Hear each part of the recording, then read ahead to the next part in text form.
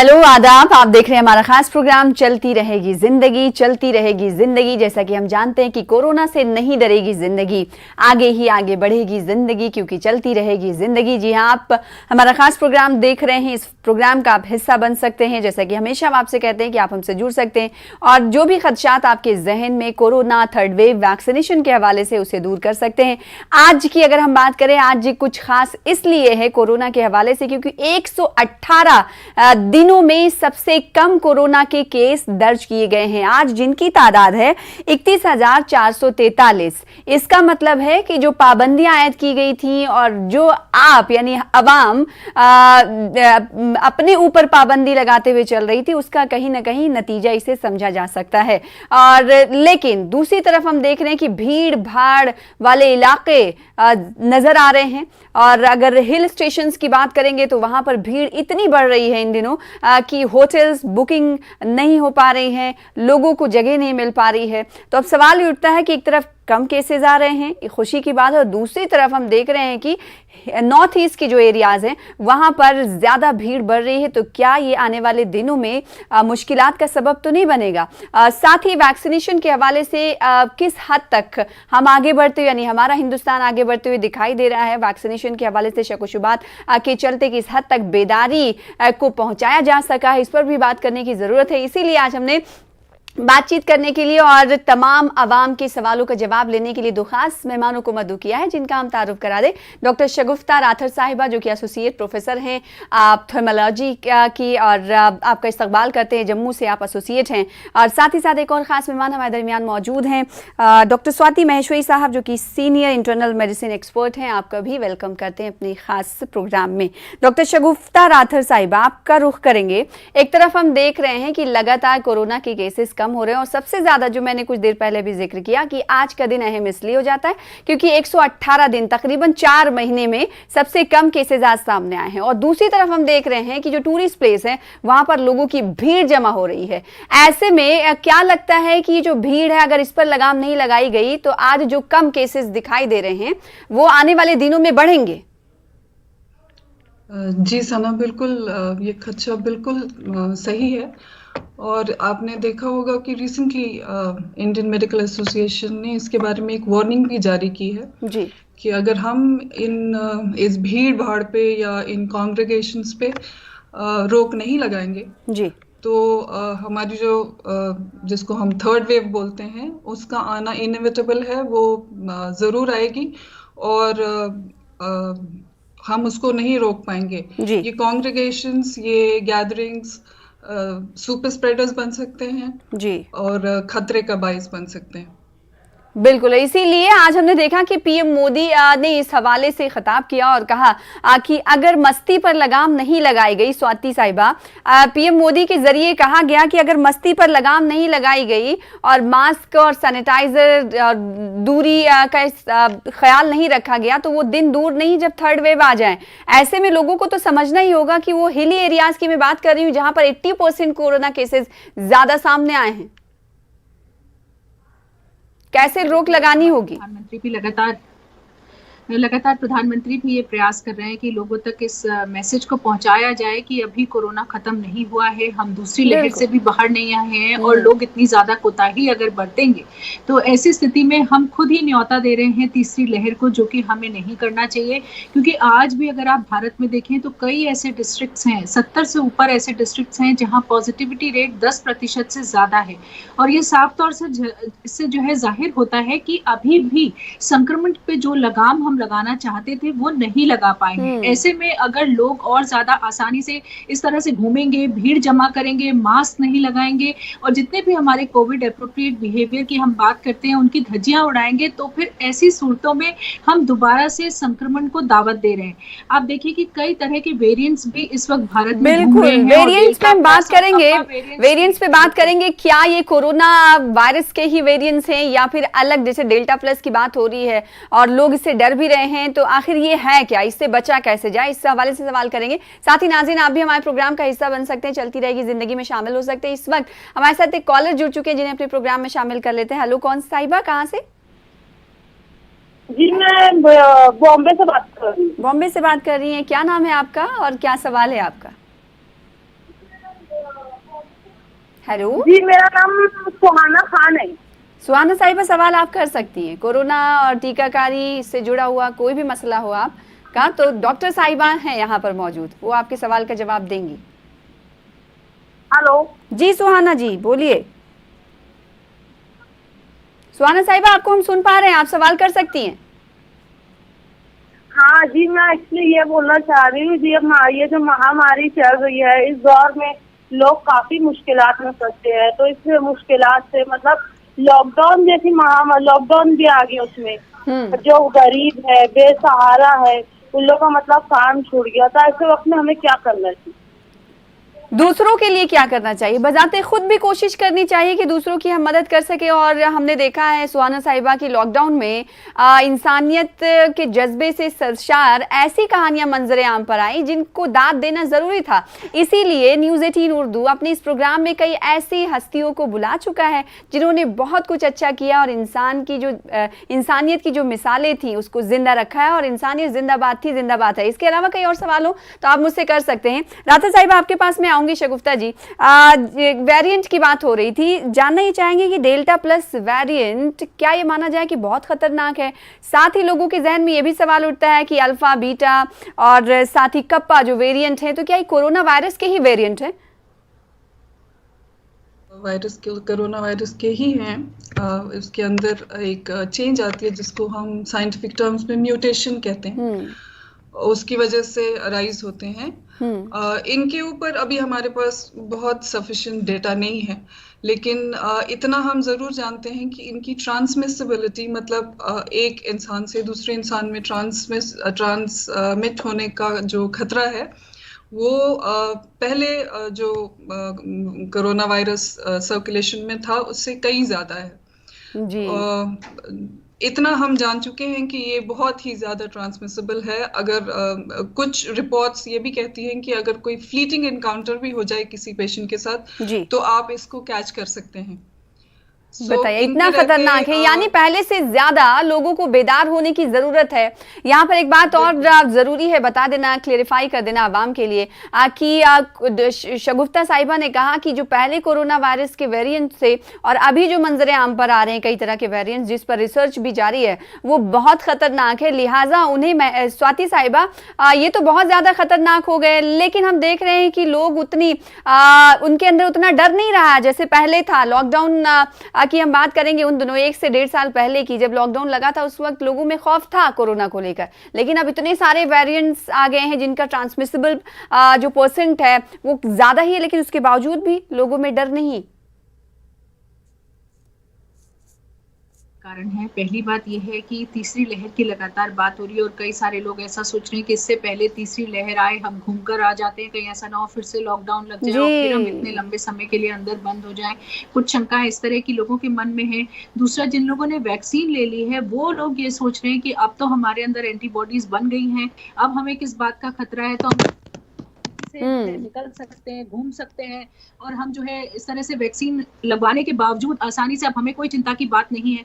वहीं जिन लोगों को कोरोना हो चुका है वो लोग भी कुछ इस तरह की धारणा रख रहे हैं कि अब हमारे शरीर के अंदर तो एंटीबॉडीज बन गई हैं तो हम क्यों डरे, हमें क्या डरने की जरूरत है। लेकिन वहीं लोगों को ये भी समझना जरूरी है कि जो अब ये तरह तरह के वेरिएंट सामने आ रहे हैं इनको लेकर के भी काफी चिंता WHO भी जता चुका है और हमारी सरकार भी लगातार इसके बारे में लोगों को आगाह करने की कोशिश कर रही है कि जो नए वेरिएंट्स हैं हो सकता है कि वो हमारा जो मौजूदा एंटीबॉडी लेवल है शरीर का उसको भेज सके और उसको बाईपास कर सके और साथ ही ज्यादा तीव्र बीमारी होने की संभावनाएं भी हो सकती हैं। इसलिए अभी हमें ये नहीं सोचना है कि हमने वैक्सीन लगवा ली या हम कोरोना से संक्रमित हो चुके हैं तो अब हम आराम से घूम सकते हैं या हमें मास्क की जरूरत नहीं है, ऐसा नहीं करना है। बाज़ दफा ये भी देखा गया है, बाज़ दफा ये भी देखा गया है शगुफ्ता साहिबा कि जो वैक्सीन है वो इन वेरिएंट्स पे कारगर साबित नहीं हो रही, क्या ये सच है? अभी काम जारी है, साइंटिस्ट काम कर रहे हैं। कुछ वैक्सीन्स इन वेरिएंट्स के अगेंस्ट भी इफेक्टिव साबित हुए हैं, लेकिन अभी और रिसर्च की ज़रूरत है कि इनको बाईपास कर सकते हैं या नहीं कर सकते हैं। अभी तक तो जितनी भी रिसर्च हुई है कुछ वैक्सीन्स ने जो ट्रायल्स रन किए हैं उनमें यही आया है कि कुछ वेरिएंट्स के अगेंस्ट वो इफेक्टिव हैं। बिल्कुल, तो कुछ वेरिएंट्स पर वो इफेक्टिव है, यानी वैक्सीन की बात हो रही है और टीकाकारी मुहिम जोरों शोर से हमारे मुल्क में जारी है। तो अगर आपने अभी तक टीका नहीं लगवाया हो तो लगवाएं ज़रूर, क्योंकि हम लोगों ने टीका लगवा लिया, हमारी फैमिलीज़ ने टीका लगवा लिया है। तो जिन्होंने टीका लगवा लिया है वो दूसरे को वैक्सीन लगाने के लिए बेदार ज़रूर करें और बताएं कि दरअसल टीका लगवाने के बाद उनकी हालत कैसी थी। और 2 से 3 दिनों का वक्त, ज़्यादा से ज़्यादा 5 दिनों का वक्त लगता है, फिर आप वैसे ही हो जाते हैं जैसे पहले रहते हैं। एंटीबॉडी बनने के टाइमिंग में आपकी थोड़ी सी तबीयत ज़रूर ख़राब होती है। स्वाति महेश्वरी साहिबा, शायद आप भी इत्तेफाक करें इस बात से। बिल्कुल, देखिए थोड़े से साइड इफेक्ट्स जरूर होने की संभावना रहती है, जो कि मात्र 2-3 दिन के लिए होते हैं। किसी को बुखार होता है, किसी को मांसपेशियों में दर्द महसूस होता है, सर दर्द हो सकता है, या आपको जो है दस्त लग सकते हैं, पेट में दर्द हो सकता है। इस तरह की कुछ मामूली तकलीफें सामने आ सकती हैं, लेकिन ये किसी भी और टीकाकरण के साथ अमूमन तौर पर होती ही हैं, इसलिए बहुत ज्यादा घबराने या परेशान होने की बात नहीं है। आप पैरासिटामोल की गोली लेकर के इन चीजों से निजात भी पा सकते हैं। अगर ज्यादा दिन तक आपको ये तकलीफें रहती है तो जरूर आपको डॉक्टर से संपर्क करना चाहिए। बट शुरुआत के 2-3 दिनों में लगभग सभी लोगों को कुछ मामूली इस तरह के लक्षण दिखाई देते हैं, जिनसे परेशान होने की बिल्कुल कोई भी जरूरत नहीं है। ना इसका मतलब ये है कि वैक्सीन आपको गलत लगाई गई है, ना इसका मतलब ये है कि वैक्सीन से आपको कोई बहुत सुपर रिएक्शन हो रहा है। ये बस मामूली जो सिम्टम्स हैं जो दिखाई देते हैं किसी भी टीकाकरण के बाद। तो घबराए नहीं, परेशान नहीं हो और जरूर वैक्सीन लें, क्योंकि जो वैक्सीन हैं वो सिंगल डोज भी आपको 60 से 70% तक सुरक्षा देती हैं। और वही वेरिएंट्स की जहां हम बात कर रहे थे, मौजूदा जो हमारे पास अभी वैक्सीन हैं वो वेरिएंट्स पर काफी हद तक काम कर रही हैं। पूरी तरह से ना कर पाए तो भी लगभग 70 से 60% तक उनके ऊपर काम करने की क्षमता ये वैक्सीन भी रख रही है। इसलिए हमें जरूर वैक्सीन लगवानी चाहिए, क्योंकि अगर हम इन्फेक्शन से नहीं बच पाए तो हम सिवियर डिजीज से जरूर बच जाते हैं, यानी कि तीव्र बीमारी से हमें वैक्सीन बचाती है। और यही हमारा इस वक्त उद्देश्य भी है कि वैक्सीन लगाने के बाद अगर हमें मामूली बुखार होता है, मामूली बीमारी होती है कोरोना की वजह से, अगर हो भी जाए कोरोना, तो वो हमारे लिए ज्यादा बेहतर है कि इसकी बजाय हम वैक्सीन ना लगाएं और हमें ज्यादा तीव्र बीमारी हो, कल को हमें अस्पताल भर्ती होना पड़े, वेंटिलेटर की जरूरत पड़े, वो जो स्थिति होगी वो ज्यादा कष्टकारी है। इसलिए कोशिश करें कि जल्द से जल्द वैक्सीन ले लें, ताकि आपको सिवियर डिजीज ना हो। और जो ऐसा वर्ग है, जो हमारे बच्चे हैं, गर्भवती महिलाएं हैं, जो अभी वैक्सीन नहीं ले पाए हैं, उनको भी हम सुरक्षा के घेरे में लेते हैं। अगर बाकी लोग वैक्सीन लगवाते हैं तो इस वक्त कोशिश करनी चाहिए, क्योंकि बच्चों और प्रेग्नेंट लेडीज के हवाले से अभी कोई एडवाइजरी और वैक्सीन नहीं आ पाई है, लिहाजा हम उनको बचा सकते हैं वैक्सीन लगवा के। बहुत अच्छी बात कही आपने स्वाति साहिबा। लौटेंगे, छोटे से ब्रेक लिए रुकेंगे, चलती रहेगी जिंदगी। इस प्रोग्राम का हिस्सा आप भी बन सकते हैं, सिर्फ आपको कॉल करना है और हमसे जुड़ना है। अगर वैक्सीन के हवाले से, कोरोना के हवाले से, थर्ड वेव के हवाले से आपके जहन में कोई सवाल है तो हमसे जरूर पूछे। छोटा सा ब्रेक, जल्द लौटेंगे।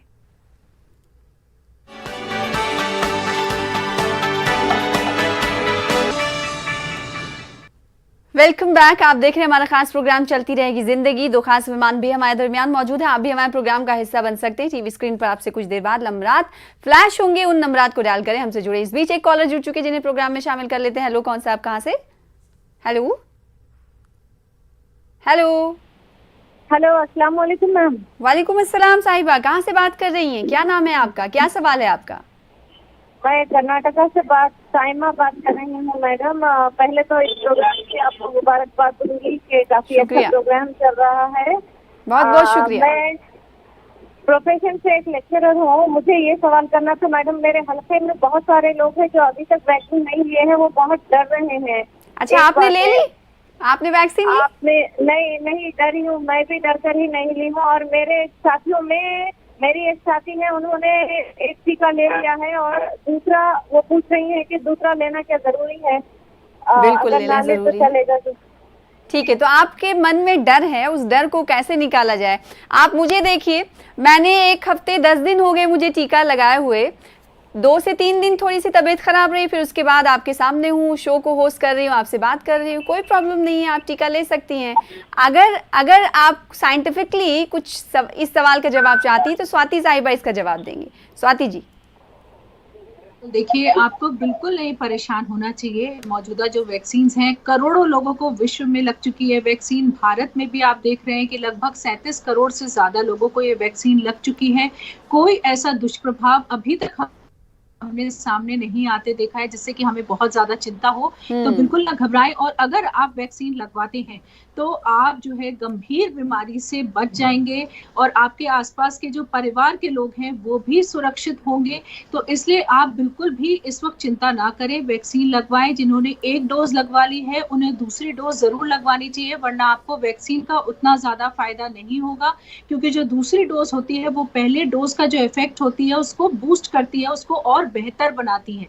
और ये माना जा रहा है कि अगर आप कोविशील्ड को 12 हफ्ते के गैप पर लगवाते हैं तो आपको 80% से ज्यादा सुरक्षा मिलती है। वहीं कोवैक्सीन जो भारत में इस वक्त उपलब्ध है उसको भी अगर आप 42 दिन के अंतराल पर लगवा लेते हैं तो वो भी आपको 80% तक सुरक्षा देती है। बिल्कुल, तो उम्मीद करते हैं साइमा साहिबा को जवाब मिल गया होगा और वो कल ही जाएंगी, लाइन में लग जाएंगी, पहले बुक कराएंगी स्लॉट और वैक्सीन लगाएंगी। साथ ही अपने दोस्तों को भी बताएंगे कि वैक्सीन जरूर लगाएं और उन्हें अपने हस्बैंड को भी बताना चाहिए, शौहर को भी बताना चाहिए कि वैक्सीन डरने की नहीं बल्कि वो संजीवनी है, तो उसे जरूर इस्तेमाल करें। शगुफ्ता साहिबा, आपके पास मैं आऊंगी इस सवाल के साथ, चूंकि आप ऑप्थेल्मोलॉजिस्ट हैं। ब्लैक फंगस के केसेस के हवाले से हमने देखा कि आंखों पर ब्लैक फंगस ने काफी हद तक असर किया कई स्टेट्स में, तो क्या जम्मू में या जीएमसी में इस तरह का कोई केस सामने आया था? जी हाँ, हमारे यहाँ भी केसेस हुए हैं और मैं एक चीज कहना चाहूंगी कि ये ब्लैक फंगस या म्यूकोरमाइकोसिस जिसको हम कहते हैं कोई नई डिजीज नहीं है। डिजीज पहले से थी, जिनके इम्यून सिस्टम वीक होते थे या मोस्टली डायबिटिक पेशेंट्स में ये डिजीज हम पहले भी देखते थे। लेकिन अब क्योंकि इसमें कोविड के टाइम में हम लोगों ने बहुत ज़्यादा स्टेरॉइड्स यूज़ किए हैं, तो मोस्टली उसका साइड इफ़ेक्ट ये होता है कि आपका बॉडी का जो इम्यून सिस्टम है वो थोड़ा सप्रेस हो जाता है, वीक हो जाता है। तो आप ज़्यादा आपको चांसेस होते हैं कि आपको ऐसे इन्फेक्शंस हो जाएं जी, जैसे म्यूकोरमाइकोसिस जो नॉर्मल पेशेंट्स में नहीं होते। इसमें मैं सिर्फ इतना ही कहूँगी कि आप को अगर कोविड हो या कोई और भी डिजीज़ हो, कोविड ना भी हो, हमेशा मेडिकल एडवाइस से ही आप मेडिसिन लें जी। स्पेशली जो खतरनाक किस्म की मेडिसिन हैं जैसे स्टेरॉइड्स जिनके बहुत ही सीवियर साइड इफ़ेक्ट्स हो सकते हैं, वो अंडर मेडिकल एडवाइस लें, तो आप ऐसी बीमारियों से बच सकते हैं। ठीक है स्वाति साहिबा, चूंकि वैक्सीन का वैक्सीनेशन का दौर है, हम देख रहे हैं कि टीम्स जो हैं वो गली गली पंचायत पहुंच रही हैं और वहां पर वैक्सीन लगाई जा रही है। लोग किसी हद तक लगा भी रहे हैं और कुछ कॉलर्स जो आ रहे हैं जिनमें खदशा है कि वैक्सीन से उनको डर है, लिहाजा उस डर को तो दूर करने की ज़रूरत है। दूसरी तरफ अगर हम इंतज़ामात और अहसन तरीके से आगे बढ़ रही कोरोना टीकाकारी की बात करें तो क्या आपको लगता है कि जितनी रफ्तार होनी चाहिए उतनी रफ्तार पर आज हम मौजूद हैं, या फिर दिगर वैक्सीन स्पुतनिक की बात कर लें, या दिगर वैक्सीन के ना होने की वजह से भी थोड़ी सी रफ्तार धीमी है? देखिए, दोनों ही कारण हैं। पहली बात ये भी है कि थोड़ा सा वैक्सीन की कमी भी लगातार जो है वो रही है, लेकिन आप देखें अभी लगातार केंद्र बोल रहा है कि राज्य सरकारों के पास लगभग 1.25 करोड़ वैक्सीन की डोजेज उपलब्ध हैं जो कि उन्हें तेजी से लोगों तक पहुंचानी चाहिए, लगानी चाहिए। वहीं सबसे बड़ी बात जो आ रही है वो वैक्सीन हेजिटेंसी की आ रही है। जैसे अभी हमारी पहली कॉलर भी बोल रही थी कि सब कुछ जानते हुए भी अभी भी लोग हिचकिचा रहे हैं, घबरा रहे हैं, और खास तौर से व्हाट्सएप पे और कुछ लोगों ने जो अपनी राजनीति को चमकाने के लिए इस तरह के बयान दिए कि इससे आप नपुंसक हो जाएंगे या जो है इससे बहुत ज्यादा दुष्प्रभाव पड़ सकता है, या इसके बनाने की विधि के ऊपर भी लोगों ने कई सारे जो है आक्षेप उठाए। ऐसी स्थिति में मुझे लगता है ऐसे लोगों से आपको बचना चाहिए, क्योंकि वो आपके मन में भ्रम और संशय पैदा कर देते हैं वैक्सीन के बारे में। लेकिन अगर आप अपने डॉक्टर्स और साइंटिस्ट्स की सुने, लगातार सरकार की बात सुने, तो ये वैक्सीन बहुत कारगर है और यही एक तरीका है जिससे कि हम सब आने वाले समय में इस कोरोना और हम जम्मू कश्मीर की बात इसलिए करेंगे क्योंकि जम्मू कश्मीर में कई मकामात पर हमने पढ़ा और दिखाया भी व्यूअर्स को कि वहां पर टीम पर हमला कर दिया गया। शगुफ्ता साहिबा, ऐसे लोगों के लिए मेडिकल एसोसिएशन क्या कर रहा है ताकि लोग बेदार हो सकें जम्मू और कश्मीर? ये वाकई बहुत शर्मनाक बात है। हम लोगों को रिस्पॉन्सिबली बिहेव करना चाहिए।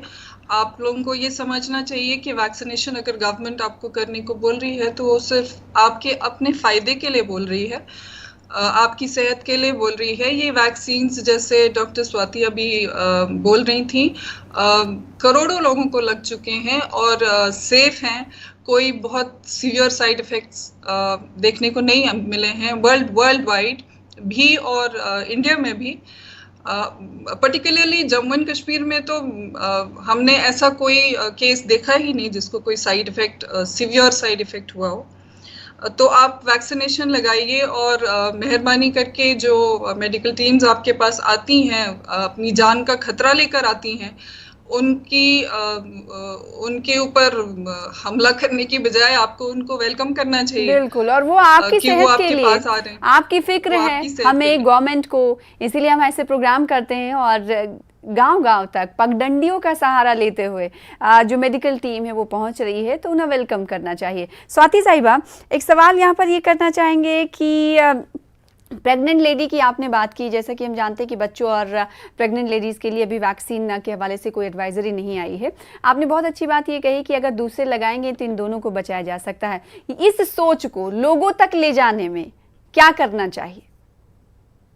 बिल्कुल, देखिए अब अच्छी बात ये है कि गवर्नमेंट ने भी ये बात बोली और ICMR ने भी ये बात बोली है कि जो गर्भवती महिलाएं हैं वो किसी भी तिमाही में, आप पहली में हो, दूसरे में हो, तीसरे में हो, आप ये वैक्सीन लगवा सकते हैं और आपको लगवानी चाहिए। क्योंकि देखा भी गया है शोधकार्यों के द्वारा कि अगर किसी गर्भवती महिला को कोरोना होता है तो लगभग जहाँ बहुत सारी तादाद 90% से ज्यादा ऐसी हैं जिनको ज्यादा सीवियर बीमारी नहीं होती है, वहीं कुछ ऐसे मामले भी हैं जहाँ बहुत सडन डिटोरिएशन हुआ और ज्यादा तबीयत खराब हुई और प्री टर्म डिलीवरी भी हुई।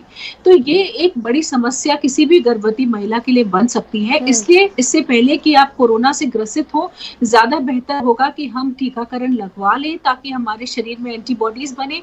और ये बात हम जानते हैं कि माँ जो होती है वो 2 जान होती है, तो जो ये एंटीबॉडीज होती हैं वो माँ के द्वारा, उसके खून के द्वारा बच्चे तक भी पहुंचती हैं। तो न केवल माँ सुरक्षित होती है, जो पैदा होने वाला बच्चा है उसके अंदर भी ये एंटीबॉडीज पहुंचती हैं। इसलिए अब जरूर हर किसी गर्भवती महिला को भी वैक्सीन लगवानी चाहिए। तो जल्द से जल्द किसी भी तिमाही में आप हो, परेशान नहीं हो, कोई कॉन्ट्राइंडिकेशन ऐसा नहीं है कि इस गर्भवती महिला को लगवानी चाहिए या उसको नहीं लगवानी चाहिए। ऐसी कोई प्रेग्नेंट लेडी पहले दूसरी बीमारियों से ग्रसित हो, जैसा कि आपने कहा, मान लीजिए उसे थायराइड है, तो क्या ऐसे वक्त में भी उन्हें वैक्सीन ले लेनी चाहिए?